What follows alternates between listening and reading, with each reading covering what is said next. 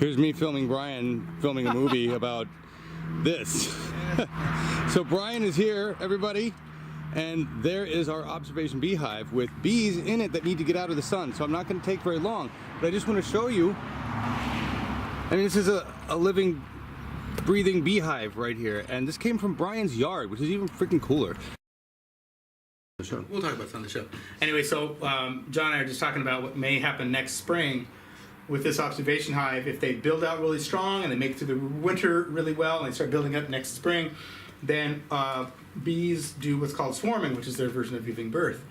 And they will take this year's queen and they'll kind of move her off to one side, and they'll build queen cells, and about 5 days before any of those queens start to hatch, they will cut mom off from food completely for 5 days. She'll lighten up so she can fly at least a little bit. Otherwise, she's laying more than her own weight in eggs a day.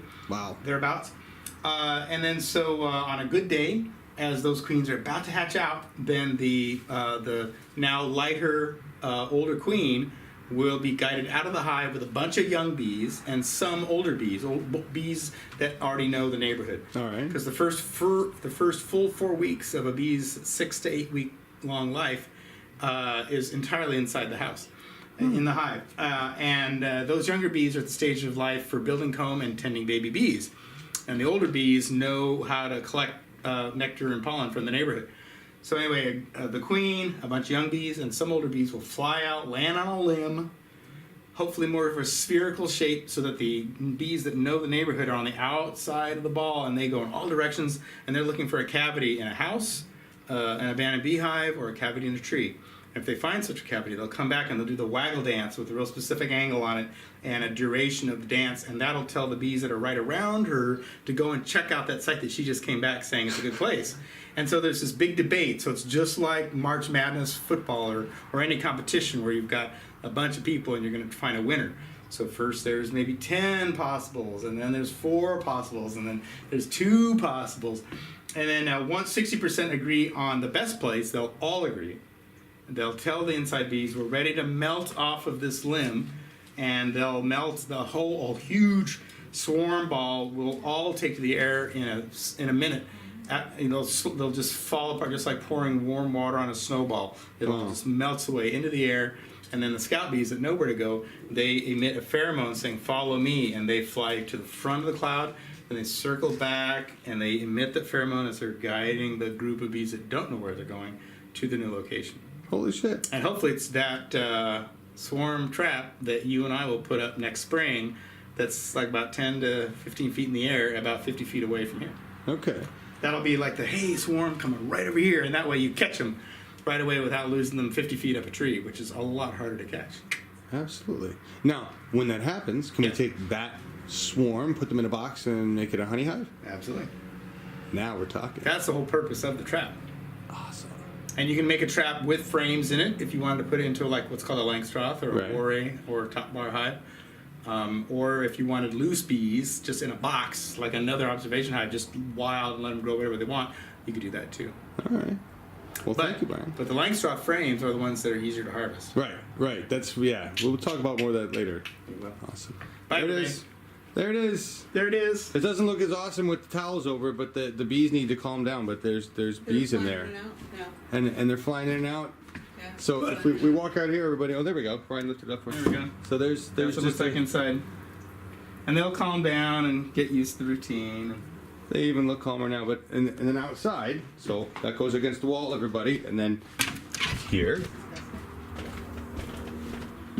right outside the house. And there they are. That's like bee activity coming in and out of the house. And we want this here. Yes, we do. Are they starting to show some regular interest? Yeah. Good. Yep, there it is. Yeah. Smart little bees. I'm just going to say this. The best thing you could possibly do for Earth, everybody, is to think about caring for bees and bringing some near you or whatever, because they're not doing well.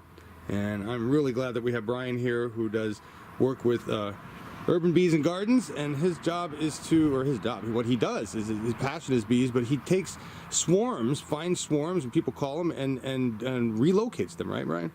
Absolutely. And this is one from his yard It that is now here. Yeah, the bees that are now in John and Lori's place came from an ash tree, which measures about 2 feet across and about 4 feet high. And I'll get you pictures so you can see the mother of these bees. Awesome. Or a little video. And they've been in my front yard, right next to the steps that lead up to my house. And every year it spits out at least 2 swarms. Wow. And it was that tree started out 20 feet off the ground near Washington Square in Portland, Oregon, on the what's called the Portland Golf Course. Oh, wow. Yeah. Okay. That's And where there you go. That's where they got rescued from about 4 years ago. And the bee continues. And the bee continues. The beat goes on. The bee goes on. It's terrible. Bye, everybody. Well, so you can see now, it's been a while since Brian left, and there's a lot more bee activity now that they know what the hell they're doing and they're figuring out their area. So when you have an observation hive and you're gonna have an outlet for the hive, make sure you understand that you're okay with it being like right by your porch and stuff. I don't really care because we got bees everywhere, but you know, we're gonna put up something there because we're worried like the UPS driver or whatever freaking out. So it's kind of a lot of bees going on, really. It's cool though.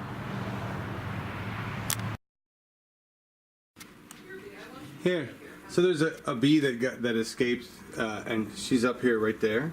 And so, how do you stop a bee? How do you get a bee to just settle down? Give them a little bit of honey, because that's what they eat.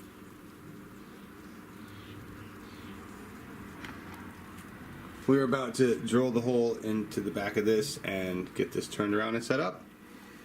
Overall, it's been remarkably easy so far. Knock on observation hive.